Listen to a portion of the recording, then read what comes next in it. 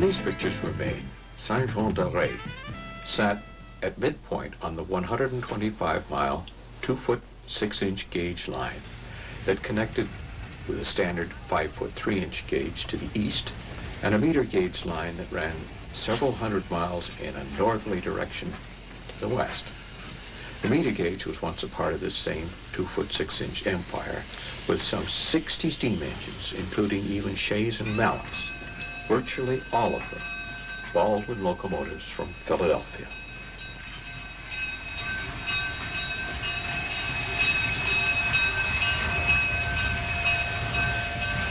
The choice of 2.5-foot gauge seems to have been made by an American engineer who had worked with this width in the mountains of Chile.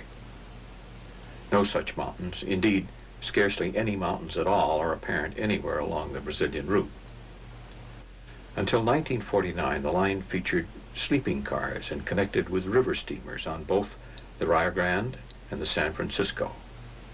The river boats were still operating in 1981. At the time of this tape, much of the line to the north had been abandoned.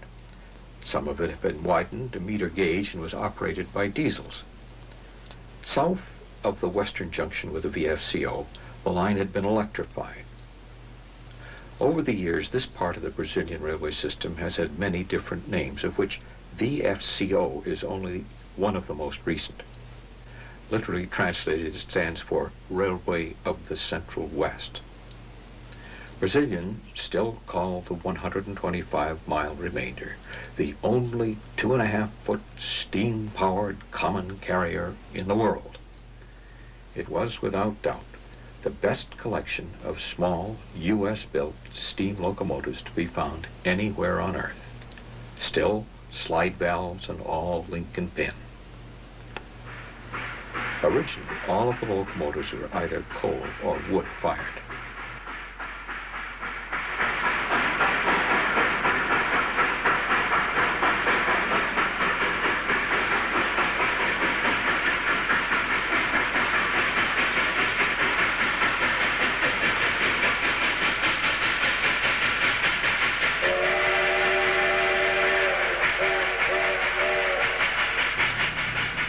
This is the shell of what was once an 18-stall roundhouse, which burned in 1972.